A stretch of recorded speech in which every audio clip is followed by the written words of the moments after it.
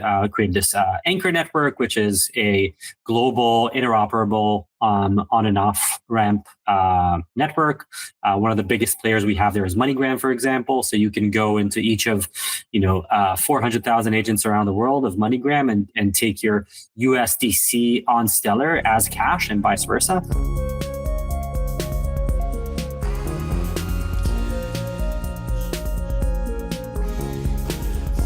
Today we have a special episode. We're going to abandon our Ethereum and Solidity world for a minute and talk about Rust, which is a big part of what we do in RV, and it's a big part of blockchains in general.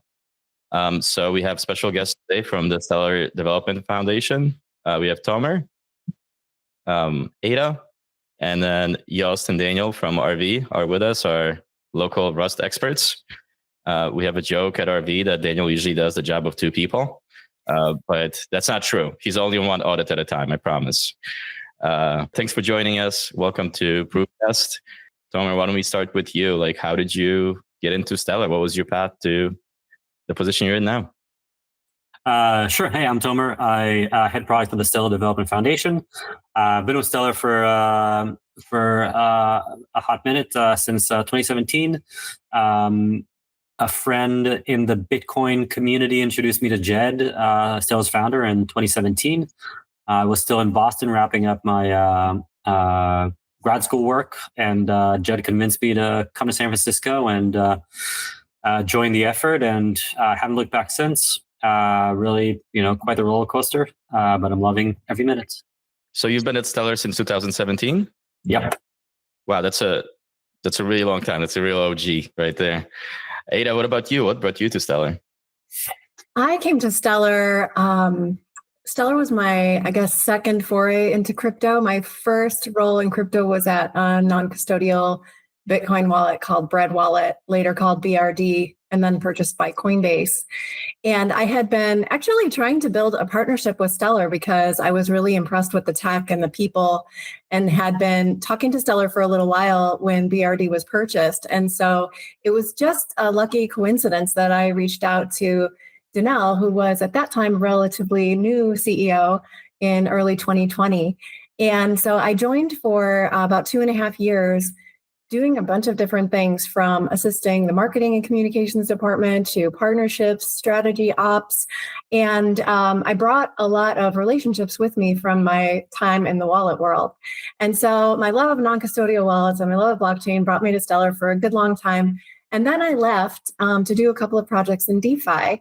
And serendipitously, when I was looking for a role, Stellar was looking for someone to lead this brand new DeFi effort. And so the timing was just perfect. And I was so happy to come back and rejoin the team, and especially work with Tomer on building the DeFi ecosystem. So that's what I do now. I'm the head of the business side of DeFi at Stellar. That's awesome. And we'll definitely get into all the DeFi things happening on Stellar. But before we do, I also want to introduce our warriors. Yes, how did you get mangled up in crypto and blockchain and RV? Did I get mangled up in crypto? Oh my god! Yeah, I'm a software engineer more than a crypto aficionado, I would say. So I've joined RV almost 3 years ago, and I was for the first 2 years working on the symbolic execution engine that powers the formal verification that we offer based on K-Framework. And then, more recently went into the world of Rust and into auditing. And we'll probably get to the audits anyway. So it was probably a good fit for me to audit a large code base instead of a small contract. That's more my profile and experience dealing with large software and industry. Originally coming from Germany and coming from academia, I'm in Sydney for 10 years now. Okay, well, the more you hang out with me, the more I'm going to get you into blockchain, I hope. Okay. All right, and Daniel, what do you got to share with us? How did you get to where you are? I went to UQ and studied a master's of IT, and they had a lab there that let you get started on formal methods. And I went back every semester, thought it was great. And I had a bit of time where I tried some crypto development, and that led to investigating doing proofs about crypto. And I had a research project where I tried to build my own framework to do proofs with, and it did not go as successfully as other attempts in the industry have gone. But that's how I started, at least, doing the technical stuff of runtime verification. I took the scenic route to get there, though. I know. I remember your story of the trees and everything, but maybe that's for another video. Yeah. Yeah, plenty of side quests. Plenty of side quests. That's good. Same. So I relate. All right, so let's talk a bit more about Stellar. So I know Stellar, I think, is growing a little bit differently from other blockchains. And I think I'd love to find out more about the role of SDF in the overall growth strategy at Stellar. Sure, I can get started, and then Ada will fix all the wrong things that I say. So Stellar, I think, is very unique in that it has a very clear, unique mission statement, which is creating equitable access to the world's financial system. In other words, we look at Stellar as the blockchain for everyday, borderless financial services. And so I think that's very clear mission. The how and what that we do has definitely changed throughout the years. I think, when we started, it really was about creating kind of like this checking account infrastructure where the focus is on payments and on access.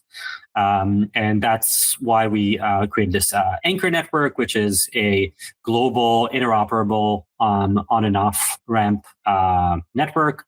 One of the biggest players we have there is MoneyGram, for example. So you can go into each of 400,000 agents around the world of MoneyGram and take your USDC on Stellar as cash and vice versa, which creates an amazing kind of like infrastructure that we are now leveraging to build, further financial infrastructure. We can talk a bit more about that, what that means.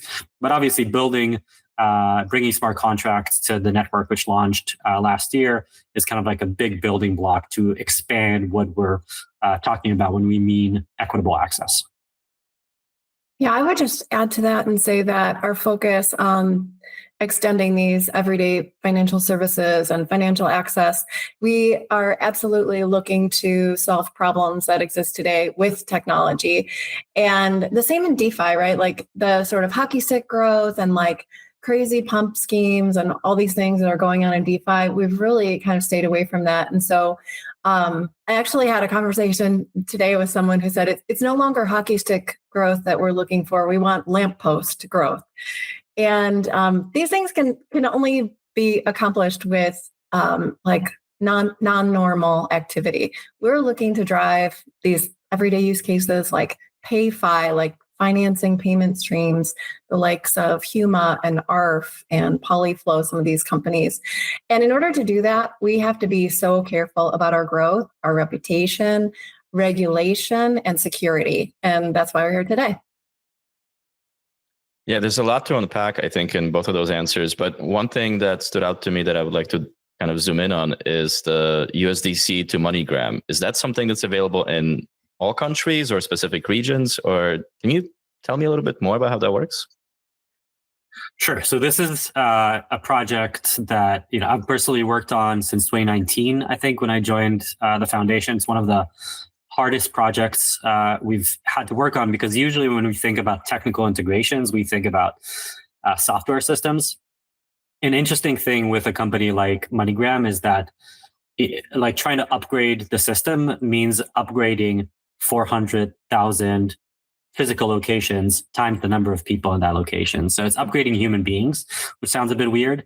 And like, you need to get to a point where a person shows up at a MoneyGram location and is like, hey, can I put money into my Stellar wallet? And the person behind the counter needs to understand what a Stellar wallet is, or they need to have some sort of like common language. So definitely an extremely complex integration, but one that has like a massive unlock. So yes, you can go, with your Stellar wallet that supports MoneyGram, You can initiate, for example, a withdrawal from your application. It will take some KYC information from you, show you a map with all the MoneyGram locations around you, whether it's like CVS in the States or any other agent network around the world.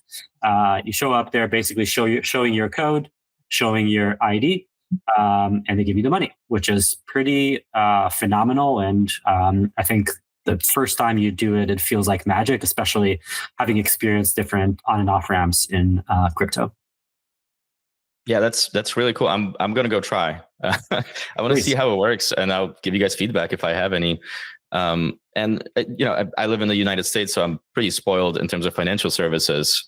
But I think Stellar has a lot of traction in Latin America and in Africa. And is that something that's by design, or is that something just happened because of the way that you're growing and building? I think it's both. I mean, I think that our mission to expand financial access is at the core of this activity, but it also is the place where I believe blockchain can do the most good, right? Because the existing financial services are either limited or have a lot of friction. There's bank and ATM deserts, or like in actual deserts. There's absolutely asymmetries of access that can be helped by blockchain. So I think that's why we're there, is because that's where there are the most problems to solve. Makes sense. Okay, so let's maybe jump to talk about Soroban a little bit. Daniel, you've done a couple of audits on Soroban and of Soroban.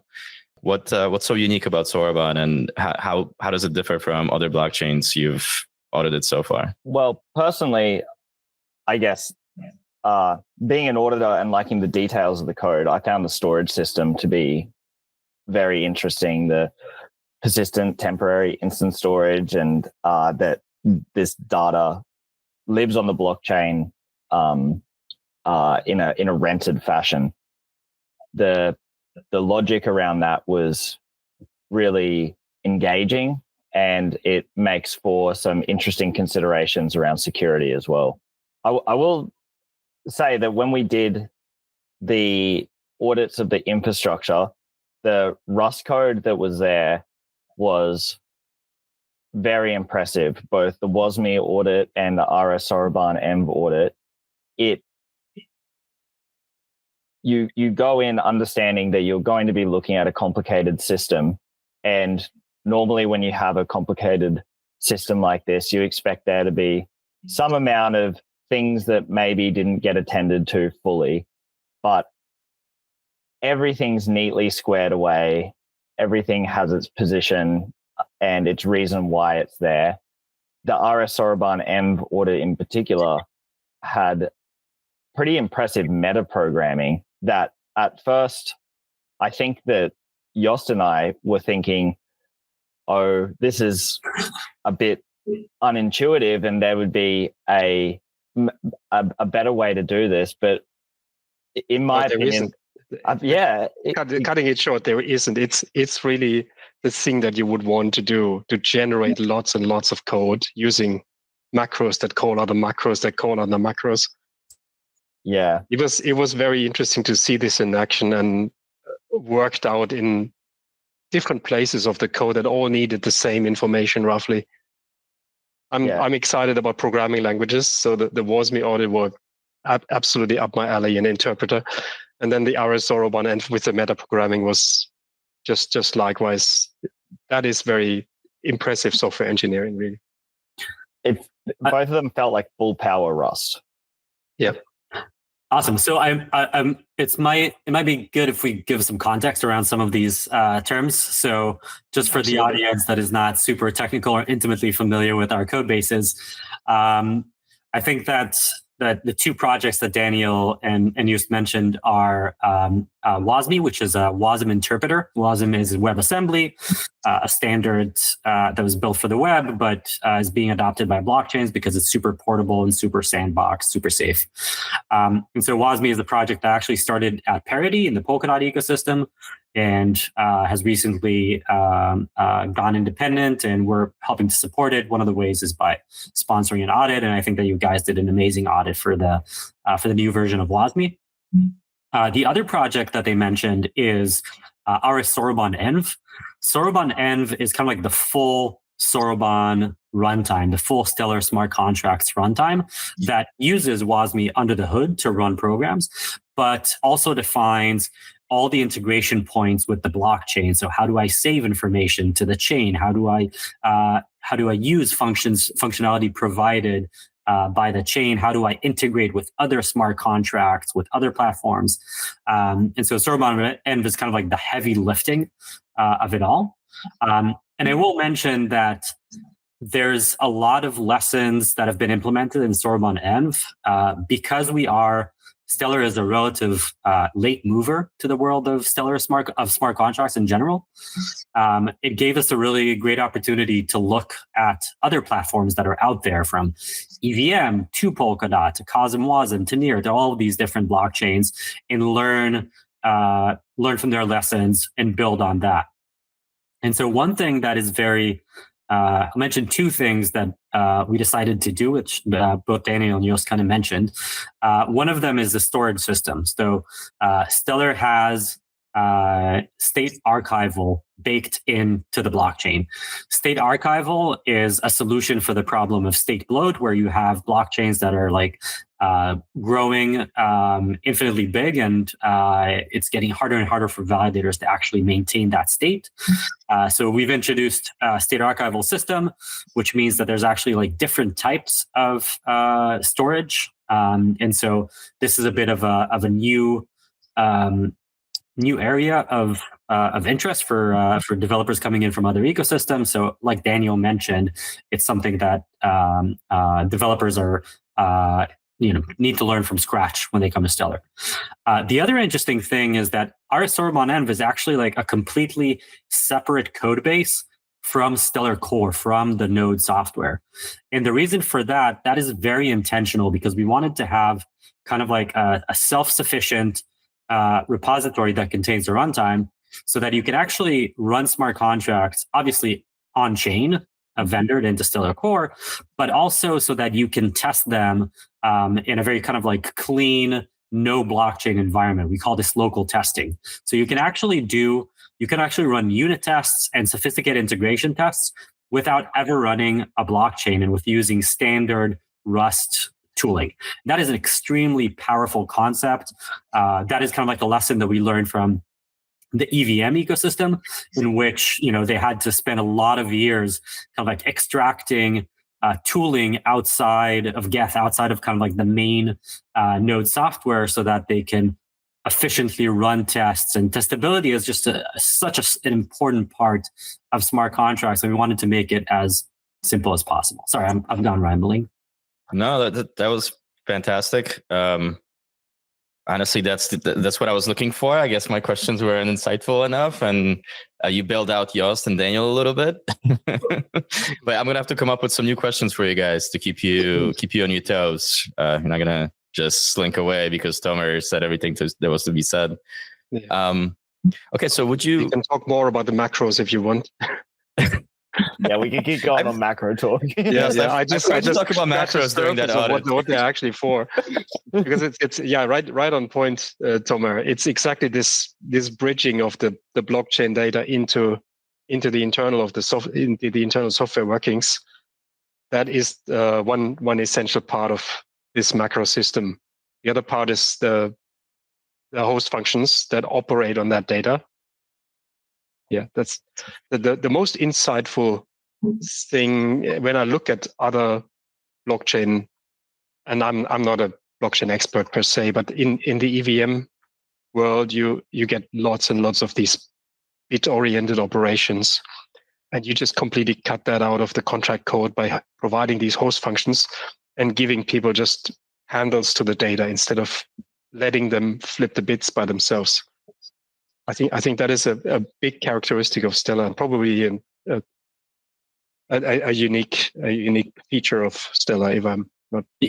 Yeah, and I think it's part of a bigger design philosophy that I think that Stellar has, which is this kind of like batteries included approach, which is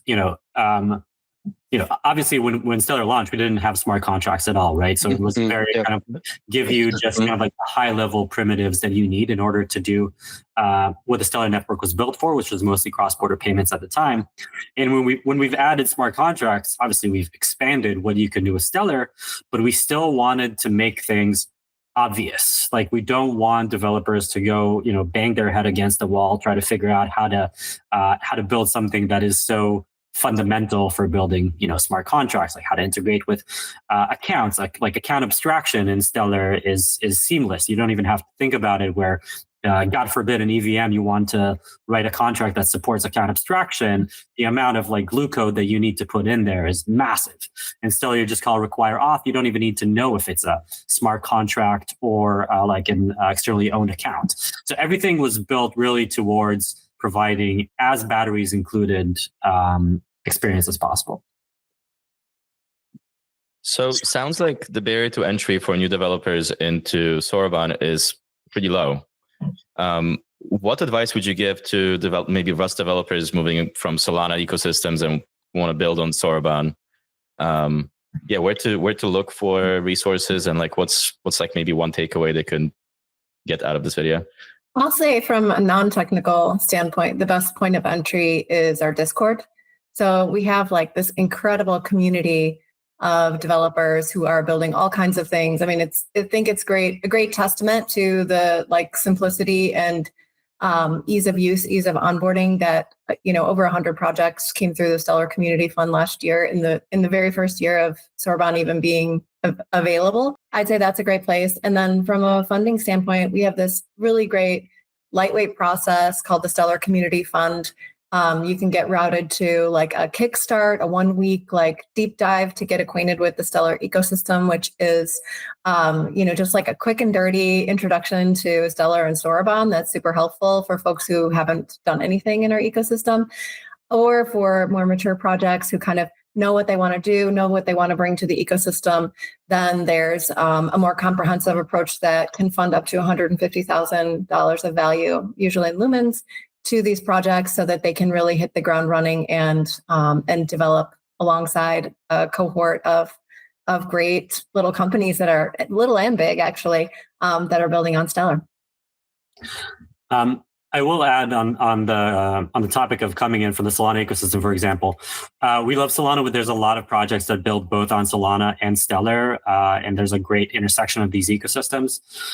If you're a developer building on Solana, and if that's your impression of what writing smart contracts using Rust is, then please don't be discouraged. It doesn't have to be like that. Solana is kind of on the batteries included spectrum, or kind of on the opposite end of the spectrum. Smart contracts on Solana are just kind of bytes in, bytes out. Go bang your head against the wall. That is kind of literally the way to build smart contracts in Solana. Stellar is much easier, and even though the programming language is the same programming language, the SDK and the building blocks that are available are so much friendlier. And so if you're coming from that ecosystem, that's great. I highly recommend checking out Stellar. The tooling is very different, but obviously knowing Rust already helps. And one final word of advice: use Cursor. AI assisted programming is phenomenal, and specifically with Rust, where there's a lot of ceremony involved with writing Rust code, AI assisted coding really, and specifically Cursor, that is phenomenal, is so helpful. I love your commentary. It's the Stellar ecosystem. We're here for you, Solana developers. If you're frustrated, we're like a welcoming support group for folks who've been frustrated in another ecosystem. It's awesome. So can we say that it's easier to deploy smart contracts on Soroban than it is on Solana? Understatement of the year, but yeah. Hey, that's awesome. And yeah, Cursor is my favorite thing. That's how I learned how to do so many things. I think I was one of the first beta versions they released. I tried, somebody sent it to me. I'm like, this is awesome. And I've just been putting people on it for a year and a half and change, I think, at this point. I want to go back to something Ada said earlier about the SCF, which is a Stellar Community Fund. I'm not willing to put myself on the line, but I think Stellar has given away the highest amount of grants out of any major blockchain that I know of. So why did you decide to go in that direction and focus very heavily on grants? And how impactful has it been so far? Giving money is really hard in the world of blockchain. We're seeing grant programs. Obviously, they're very common in the world of blockchain, giving the treasuries that exist and kind of the need to seed ecosystems with projects. We have now 10 years of experience with SEF and some previous programs. I honestly think looking at a lot of grant programs in the wider on-chain communities, that SEF is one of the best ones out there. The challenge is to balance between making these grant programs easy.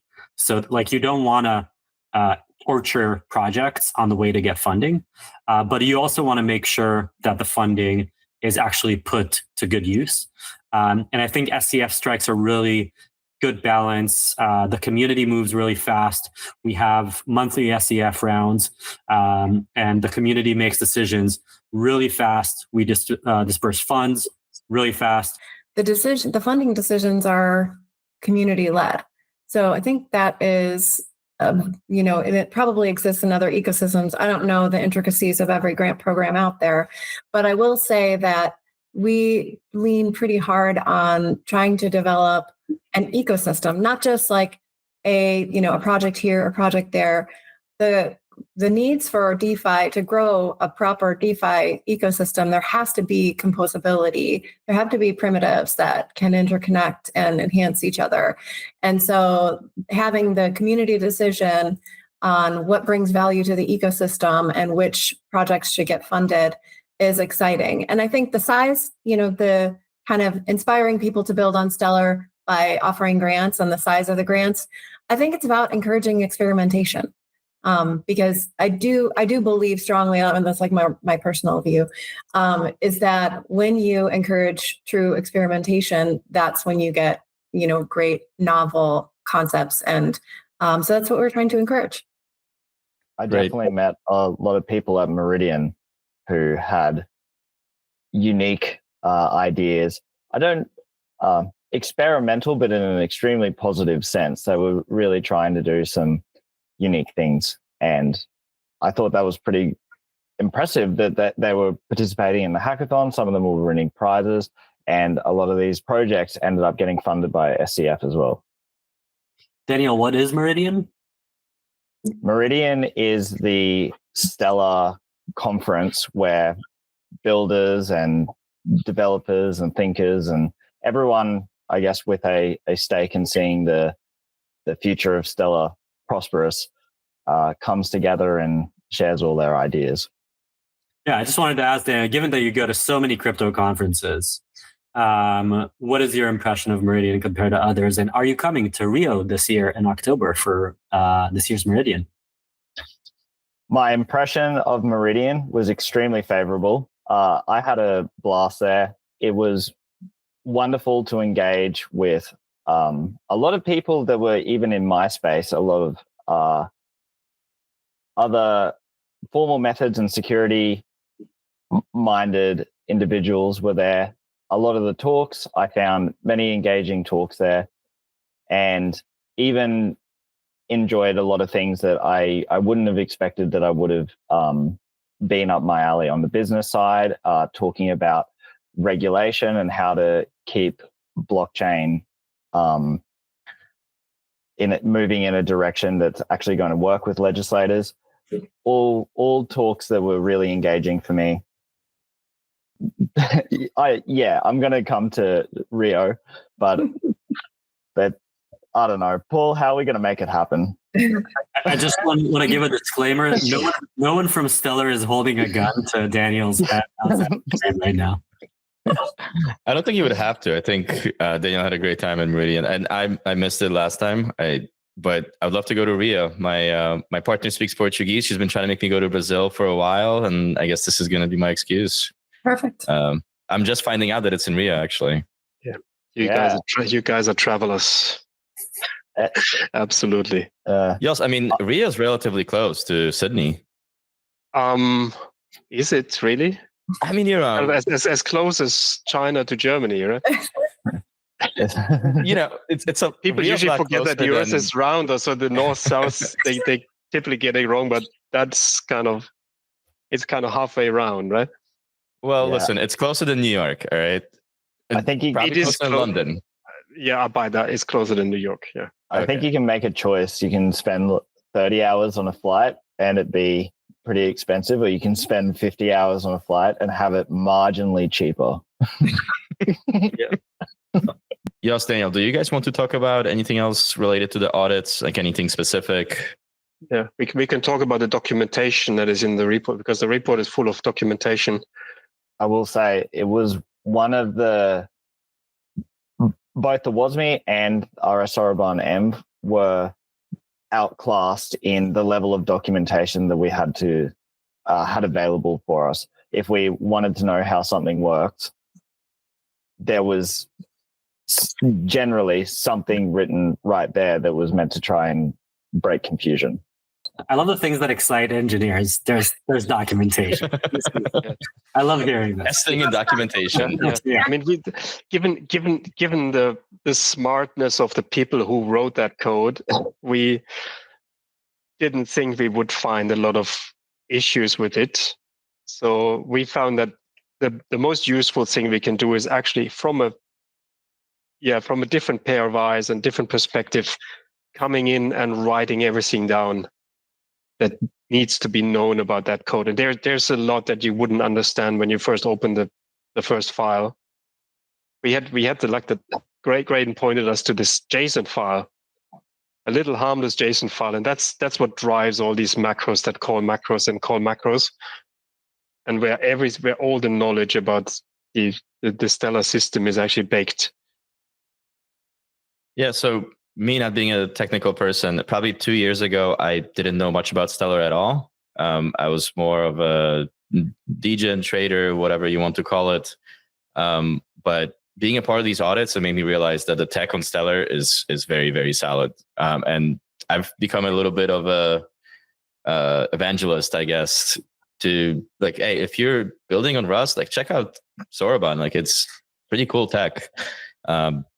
People always give me like the high eyebrows, but like I think with everything you guys have been doing at SDF and SCF, I think it's all going to pay off. And I'm excited to see where it goes. What do you guys think is the future for Stellar? Like, what is the long-term vision? Where do you see the ecosystem in, let's say, 5 years? Sure. So, we talked a bit about this idea of like the blockchain for financial services, and very generally speaking, the way that we look at this is Stellar has a lot of use case wallets. So this is what we call wallets that present more like a neobank than they do of like a degen blockchain experience. So we're looking at, we think about stable coins as the checking account of this economy. We're thinking about yield-bearing RWAs as a savings account. We're thinking about various forms of DeFi as like investment accounts. And we want all of these to work holistically for people, cross borders without having to think about it. So that's kind of like our mental model of it. Like Ada mentioned, we're really interested in sustainable financial services. So not kind of like the boom bust cycle things that we're used to in crypto. Payment financing, really big thing that we're interested in, a great form for a great place for sustainable yield. Yeah, I think we have an opportunity to really improve the flows of funds cross-border in and out of emerging markets.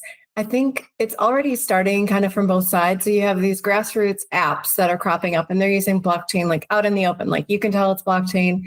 You have apps that are using blockchain for transfers, for P2P. And then on the other extreme, you have infrastructure plays where blockchain is being used for financial rails to settle accounts between banks or between credit cards and merchant accounts. Like these networks are starting to utilize blockchain in pockets. And I feel like the map is just kind of filling in now, where more and more value is on chain and the places where it can be, efficiently deployed and used for financing and then used for payment. And then, so you just have this value chain that is using digital assets more and more. And so in 5 years, I think you'll see more services that are entirely on chain. I have maybe one or two maybe more challenging questions. One of them is, I think whenever I do talk to people about Stellar, kind of XRP comes up. And I think also I don't like to talk about price action, but typically when XRP goes up, somehow Stellar also goes up. So there's like some kind of relationship between the two. And I know it kind of goes back to, I think the founders, or I actually don't exactly know. So there's a bit of a shared history, but now there's a different path. Like, what's your take on the connection between XRP and XLM today? Is there any connection? Tomer loves to answer this question. Go ahead. I love it. Yeah. Jed McCaleb is one of the founders of Ripple, and also one of the founders of Stellar. That is where the connection ends. Unfortunately, the world of crypto Twitter has some issues with grasping specific constructions. But at the end of the day, it's a great ecosystem. We have no beef with the Ripple ecosystem. Thank you. So no connection, essentially, except for a common founder. Just because I know the XRP army is lurking in the shadows of crypto Twitter. I just want to note that when the Stellar network first launched in 2014, it launched as a software fork of Stellar, and then a year later migrated to a new code base. And so a lot of the confusion comes from that 2014 era in which there was a similar code base. But like I said, today, there's no commonality aside from a shared founder. We're coming up on time. So before we wrap up, I love to ask people to recommend a song or maybe share a song that they're listening to. I've actually been listening to the soundtrack to the RRR movie. I don't know if anybody's familiar with that. It's a Bollywood movie that's one of the probably biggest productions to date. If you're into cinematography, you should watch it. I mean, like, the movie is ridiculous. Like, I think everybody understands as they watch it that it's ridiculous, but there's like scenes with tens of thousands of extras in it that like even Hollywood doesn't pull off these days. So it's like really cool from that perspective. I've been listening to a song called Sholay from that movie. It's very upbeat, very fun. What about you? What are you guys listening to these days? I recently went to a show of a band called Mono, which is a Japanese prog rock band. And a friend of mine was visiting New York and tracked me down to Philadelphia all the way to see the show in the coldest day of the year. And it was phenomenal. So very long pieces. I wouldn't be able to actually name a song because it's all one big blur. But yeah, I really recommend checking them out. In Philly? Where did you, where in Philly? Where is it? It was in Union Transfer. Oh, okay. That's 2 blocks away that way. Literally. No way. Oh, okay. That's great. Phenomenal venue. That's Yeah, awesome. there's so many music venues around my home, like within walking distance. That's one of my favorite parts about Philly. And Daniel, what are you rocking out to? You've been quiet for an awful long time. You're not going to get away with this. It's not normal for me. On the way here, listen to Jar War, JAHWAR, Loafer remix. It's an old 2010 dubstep song. Fantastic. Very much encourage you to go give it a listen, Paul. It's gonna make it to the playlist. Trust me. Who wants to go next? I'll go. No pressure. I'll go, and then Joss can do the finale. Yeah, so mine is a little bit about a story of live music too. My husband, when we were dating, introduced me to jazz, and I think it was like our second or third date. We went to this place called the Green Mill in Chicago, which is on the north side of the city, and is a speakeasy from the 1920s. Like, they have literally like a trap door behind the bar that goes down into a basement. And it's an amazing venue. And we once saw a guitarist, he plays a number of instruments, called Stefan Rembel. And some of his tracks from like Midnight in Paris, there's this track called Bistro Fada, Fada. And it's just like technically amazing and musically amazing. The only downside is like even live recordings are not the same like as live, right? So I always feel like when I listen to a recording of an artist I've seen live, that it's like kind of harkens you back. You know what I mean? It's kind of like the restaurant hamburger that's almost as good as the backyard hamburger. You know, like the backyard hamburger is like the whole experience, and the restaurant hamburger is good, but not all the way. So that's my metaphor for the day. Love it. Yost, what about you? Yeah, I'm totally with you on the live music part. I used to play in bands myself. Typically you can bear a lot more kinds of music when you play and you hear it live, or even when you play it, and you can play. Are there any you wouldn't recordings left of Yost's band? Or maybe there are somewhere on SoundCloud. I think I've even got a link to one of the very early songs. There was a reggae band that, unfortunately, I don't know where those recordings are, but they recorded a lot. Yeah, but I'll have to find it and post it in Slack. I don't recommend that one for your playlist. Where is that playlist of all the songs that people recommend here? But my song to throw in would be quite a conservative thing. I don't know if you guys know Pharoah Sanders. He played with John Coltrane in the 60s. Nice. Unfortunately, he passed away 2 years ago or 3 years ago. But I was lucky enough to actually see him live in Sydney here, in Sydney. And the song that I like very much is Clear Out of This World. Any other takeaways? Daniel, normally you don't stop talking. Today you like hung me out to dry. I don't know. Yeah, it's hard. I feel like I could derail the whole thing for 4 hours and just talk about absolute rot, but you won't be any better for it. Yeah, I love it. And it's like 8 a.m. for you, right? You're just waking up. Yeah, well, it's come to 9 now, but no, it's fine. We're gonna do a different one where we don't have a topic like the Stellar ecosystem. Maybe we'll do one on, just a full hour of backstory. I love that. I mean, I think we need some of that in crypto. I think like the reason why I'm motivated to make these videos is just like show real people working in the space. I actually maybe like can throw in an extra question if you have 2 minutes. Like when people ask you what you do, what do you say? Like somebody who's not in crypto at all, like doesn't understand any of this stuff.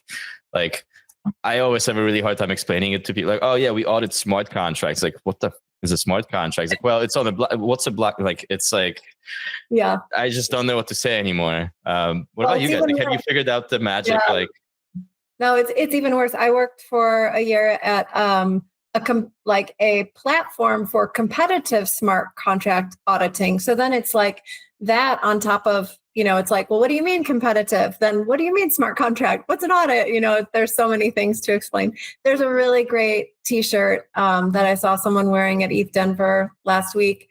I'm not sure whose branding it is, but it says, like where your shirt, Paul, says your company name, it says, my mom thinks I work for Bitcoin. It's so good. It's so good. Yeah. I always totally depends on the person. Like if they have any knowledge of the industry, then I'll say what I really do. And otherwise, yeah, it's like, have you heard of Bitcoin? Really? Still. I should try that, I guess, because I don't know what to say sometimes. What if they say no? Yeah.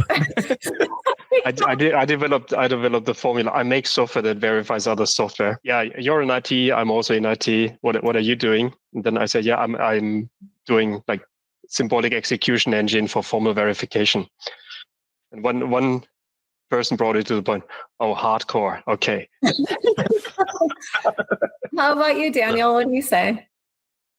I tell people I do computers. Like I feel like that's, it all comes down to computers. If someone else does computers, then we end up we have to talk about our particular flavors. And it is generally the case that we're on the rarer side of what people do. Formal methods and verification. If you take 100 engineers and you pick one out, most of the time you're not going to get one that's come across the concept. But the ideas are able to understand if you have the time to describe them. And I think generally people see value in it. All right. Well, it's been lovely spending the last hour with you guys. Have a good evening, good morning to some of you. And take care. Well, maybe we'll do it again sometime when we reach a big milestone. Thank you very much. Thanks. Thanks, guys. Bye. Thank you. Bye. Bye. This podcast is for informational purposes only. Views expressed are solely our opinions, not financial advice. Participants may have investments in the projects discussed.